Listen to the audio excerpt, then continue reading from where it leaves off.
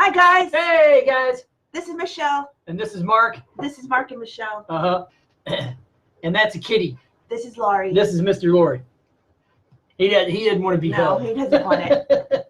Like, what are you doing? All right, come on in. So today, we're going to continue on with the autism lingo. Can I just say, words. though, Mark's a completely different person.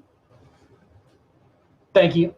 Now, people might want to know what that means to you, or I can describe He's it. so calm. It's so weird. Yeah. 25 years of angst. Yep. Well, the obsessive compulsiveness. It's gone. Yeah, because when you feel wrong, you try to solve it. So at least 25 years of feeling wrong, probably much longer than that. Well, longer for you. Yeah, much longer than that. And so getting rid of that one belief and that all those emotions that went with it, kind of pretty much got rid of the obsessive compulsiveness that that I had that went with it. And so I didn't feel like I needed to figure out everything and solve everything and try to answer all my questions. So we were talking about what medical medium says obsessive compulsive is, which is calluses in the brain. Mm-hmm. And then we were like, well, if Mark could get rid of a deep belief Mm-hmm. and then no longer have obsessive compulsive, what does that mean for calluses in the brain? Well, just like you get a callus on your hand. Now, I imagine most This is of you. speculation. It is. But then, now I know medical medium is going from spirit, and for those of you who haven't heard this, he thinks that obsessive compulsive disorder, or any of those disorders, are caused because of calluses on the brain. Because the hot spots, he says, they're hot spots and they get used over and over again. Mm-hmm. And it's trauma. Mm-hmm. And because of that, those areas just get blistered, you might say. Think about the calluses you get on your hands, like the ones I have right here and right there. That area gets reused and reused and reused on my hands, and I wind up forming calluses on them, little hard spots. And so I think the same thing happens in the brain. And you just keep using those areas because you keep worrying about it. Hey, Vera, and you keep worrying about things, and you keep going over those neural networks over and over and over and over and over again. And when you do, those areas stay lit up. And it has been shown, studies-wise, that the more you use a certain hey, Krista! The more you use a certain network in your brain, neurons, that path gets wider the more it's used. And it gets embedded deeper. And so when you worry about things like obsessive, worrying is an obsessive behavior. When you worry like that, the network gets embedded deeper in your brain. And so therefore, it becomes more used, and I'd say that part of the brain becomes calloused over, like a blister, or a callus, we'll say, not a blister. And when you're able to stop worrying about something, that callus goes away over time. Well, I think the reason that we worry is because we have beliefs in our psyches that tell us we need to worry about something, right? And mine was, I was always wrong. My existence was unwanted, and that kind of stuff. Going through those, feeling through those emotions and doing work to get rid of the beliefs caused all of that to go away in one day. But Mark kept saying, I feel like my brain is being rewired. Yes, over the past. And, and that's the truth. That is what happens. Because if you get rid of a belief in just a few minutes using EFT or forgiveness or circuitry removal, right, whatever you want to, whatever you want to use tool-wise,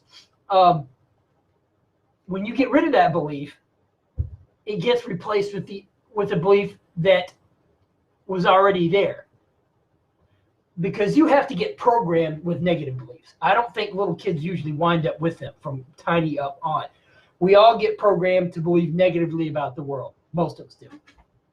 And so when you get rid of a belief, the next day everything can change, and usually does. Dramatically. Exactly. And because this has happened to me numerous times using EFT, using forgiveness, circuitry removal, and all that kind of stuff. So because of that, you can see a difference in one day. And this one being such a heavily used, probably the biggest neuronal network I had was being wrong. So getting rid of that, it's taken some time for my brain to readjust, because that one was one I had from a kid up. And I'm talking about tiny kid, like maybe 2, 3, 4 up. And so getting rid of that has changed, it's taken my brain time to change all that. And which has been kind of a strange and weird experience, because I never used to like to be quiet or be in a quiet room very often, because I would always have constant thoughts and feelings pestering me, you know. And after getting rid of that one, I can just sit in a quiet room and not do anything. I can just be. And he said, you know what? My ear is ringing. Yeah, Which yeah. means he actually had his brain stop long enough that he could. I could hear the ringing in my ears. Yeah, the tinnitus. It had been there, but he was so overwhelmed with thought. Mm-hmm. Well, and what it is I found out from her and a friend we're helping, that's tinnitus. And that's nerve damage from EBV. And so as a kid, Epstein-Barr virus. As a kid, now I'm talking about 10 years old or so. As a kid, I could hear that ringing in my ears. But after about that time, about that age, I don't ever remember it again until last night. So 41 years went by with my thoughts being so loud that I couldn't hear my own tinnitus. Now I can hear my own tinnitus, and it's not a problem, you know, but I can actually hear it now. In fact, I hear it right now. And but prior to 3 days ago, I couldn't hear it. Now I can, after 41 years. And so he came home from work last night, and he usually comes in busting in, you know, with all of these things that happened that were awful or whatever. And he just walked in the door. I was like, you all right? Yeah, she was let down. Yeah, I'm all right. This was post-arrival letdown. That's what this was.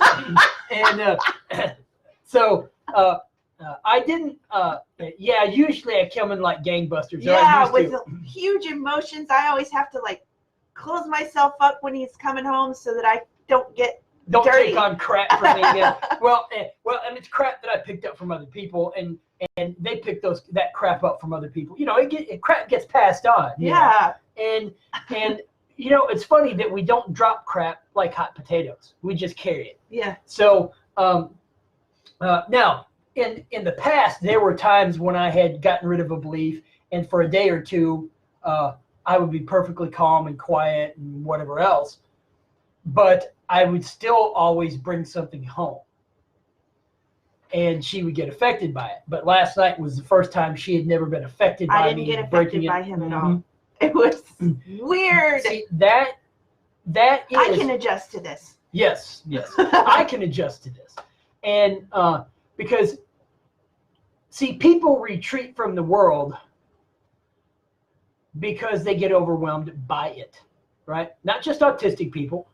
But everybody else too, because there are times when the world becomes so loud and so obnoxious in your hearing and in your brain, you just want to run. And I think that's why back in the past, here in the West and in the East, people became monks and nuns because they wanted to retreat from the world to quiet solitude. Well, I'm here to tell you that if you get rid of all of those beliefs and thoughts that plague your mind, you can have that quiet solitude in your own head.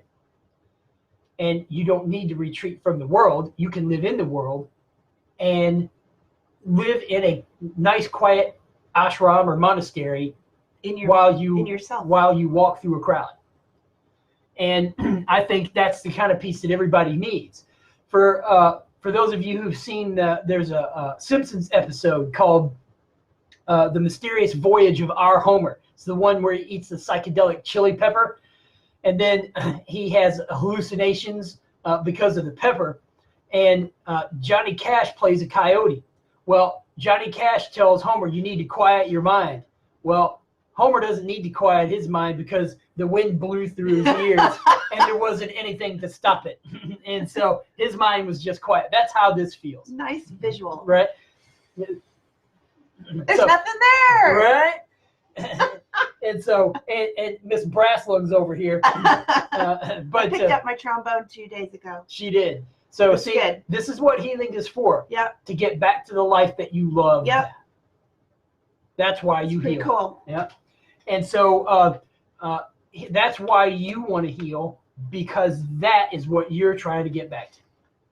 So do we want to go on with? Yeah, let's do a word. Let's do some words. All right. How about motivation? Oh, speaking of motivation, healing is motivation to continue healing. Yeah. Right?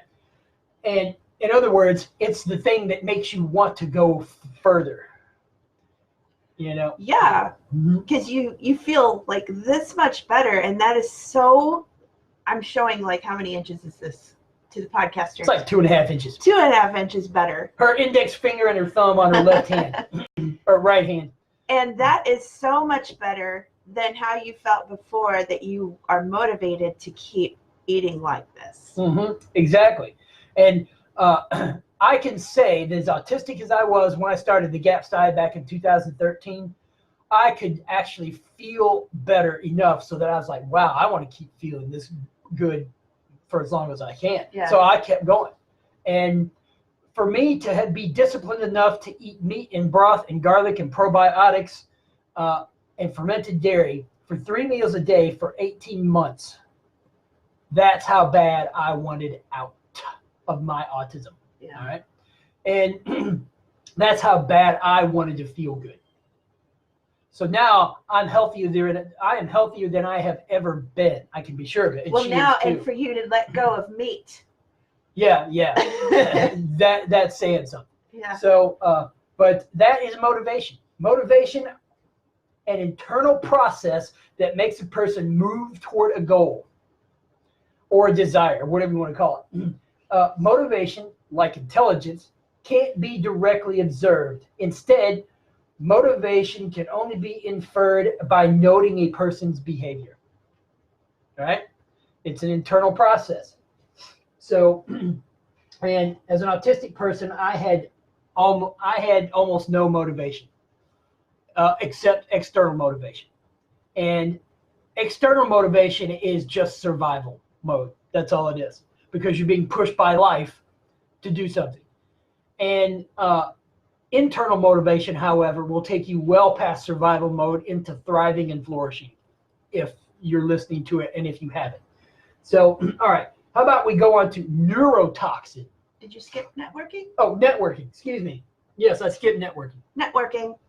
The networking is the exchange of information and ideas among people with a common profession or special interest, usually in an informal social setting. Actually, I would say that networking is also the exchange of information and ideas among people who are not necessarily in a common profession. Because networking outside of a small isolated group is more beneficial to society, because people get to know you exist and your specialties outside of your own group. So networking takes place in a small social group of like-minded individuals, but then on a much larger scale of non-like-minded individuals. Now talk about how you didn't understand that when you were autistic and how you failed many times. Well, people normally naturally network. I think it's normal. In other words, well, what is a friendship? Let's talk about that for a second. A friendship is a relationship of people who have something in common. Whether that's two people, I guess you could be friends with yourself, but that can be beneficial enough. In fact, I think you need to be friends with yourself before you can be friends with anybody else.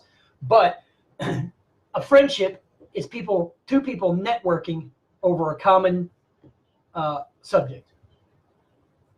And I usually think of networking as business, but I see where you're going with that. But you could say that any relationship is a network, because you get things from each other in a relationship, and then but then people can take and say, well, I have a friend, she's a really lovely person, and she can support you through this if you need help. You know what I mean? And so then you're networking with your own friends, helps you network with people outside, and other people outside of your network of friends can then understand your own closer network of friends, and everybody benefits. Networking is mutually beneficial, or it should be. When it isn't a relationship, and it isn't beneficial. I was thinking of the networking event you went to at college to try to get a job. The networking event I went to college. See, sociality is normal, all right? Because we've talked about that a couple of times. And what I mean by that is a correctly, yeah, that's right, I said it, correctly, normally functioning human brain is social, right? There's so much science behind that, I could bury everybody alive with it, all right? No pun intended. We were talking about apes today and how social they were. Well, exactly. Prairie dogs. Never mind. Two cats. Our two cats. Our brothers. Our feline brothers. Animals are social. If other animals are social, then it just doesn't make sense that sociality is abnormal. It just doesn't. It's fake news. All right? Fake news that humans aren't social. That's BS. They are. We are. So it's normal and natural for people to go up to each other and say, hi, how's it going? And here in Oklahoma, people are really social. They really, I mean, they'll make friends with people immediately, or, close to it anyway. And that's been unusual for me, because prior to Oklahoma, I never saw real sociality anywhere else, But well, in college, you were also autistic. Well, that being the reason why I didn't say it, And so when I was in college, right as I had graduated, I was having trouble finding a job. I had already spent a couple years doing it, and I remember somebody at the career center at the university said, "Well, here's a networking event you go to, and go in and network." Like, okay. Had no idea what she really meant by networking. So I show up at the event and stood there. I was like, I was just watching people. People were talking to each other. Nobody ever came up to me. See, I thought that's how it would work. People would come up to me and say, hi, I'm such and such. Who are you? What do you do? No, didn't work. And I didn't realize that I was supposed to go up to other people. I was too scared. When you're autistic, when I was autistic, and I've heard this from other autistic adults, you're just too nervous to carry on a conversation, to expect this huge social anxiety of going into somebody you don't know and introducing yourself and telling them who you are and what you do. No, I'd rather done that to a chimp, because I probably would have got a better reception. And so I didn't know what to do. I just stood there figuring, okay, well, this will work out. Didn't. You have to be assertively social. And I didn't know that. I didn't even know what social was, even though I had just done a degree in anthropology, and that's about all we talked about, is the sociality of human cultures and this kind of stuff, right? Yeah. And the cooperation involved and this type of stuff, and the inclusion and that kind of thing. So networking is what we all do as a natural matter of course. That's what friendships are. That's what relationships are. And relationships just build on small relationships, then build into bigger relationships over time, or a bigger network over time. Mm-hmm. And everybody benefits from that huge network in some way or another. You know, I mean, you're not isolated on this planet. Not with 7 billion other humans, you're not. And while you can go isolate yourself, or if you have autism, you can wind up being isolated because of the autism, Mm-hmm. you know, which is why people cry for inclusion so much for their autistic loved ones. I totally get the inclusion, because I remember, in fact, that's why I felt wrong, is because I was never included. So I totally understand it. But forced inclusion will never solve that problem. Never solve the problem of being excluded. It won't. You have to find a way to adapt. And that's another strength of humanity. Not only that, just of animals in general. If you don't learn to adapt, you don't survive. You just don't. And so I had to find a way to adapt. And so we only got as far as networking today, but that's how important Really, the it was. only way to be included is to heal. Exactly. Right? It's not like the other humans are more right or less right. No. It's just that You have lots of illnesses. Yes. Is the rest of humanity sick? Yes. But for the most part, their sociality is not impaired. Right. Right? And for the most part, neither is most of our audience here on Heal Your Autism. But that is the crux of autism. That is one of the major symptoms, is not being able to understand and interact in social situations. And so it is imperative that you heal if you want to enjoy and benefit from the world as much as you hope to. And that's by doing your heavy metal detox smoothie, Celery juice, and drinking it all out of your system with lemon water. Exactly. And go to www.healyourautism.com, and you can download the book Buried Alive, One Man's Journey Out of Autism. After reading that book, you'll want to get started on your own journey. And so on our next page of the website, we have our book, Heal Your Autism's Do-It-Yourself Guide. Healing Begins in Your Kitchen. And so you can buy that book there and all the freebies that come with it, and you will be ready to go anytime. And whenever you have questions, we have either personalized coaching or group coaching, and you can sign up for that on the next page. And by contacting us, we'll get that going for you guys. So anything else? We will see you guys tomorrow. Yeah. And you guys have a good day. Have a great day. All right, bye.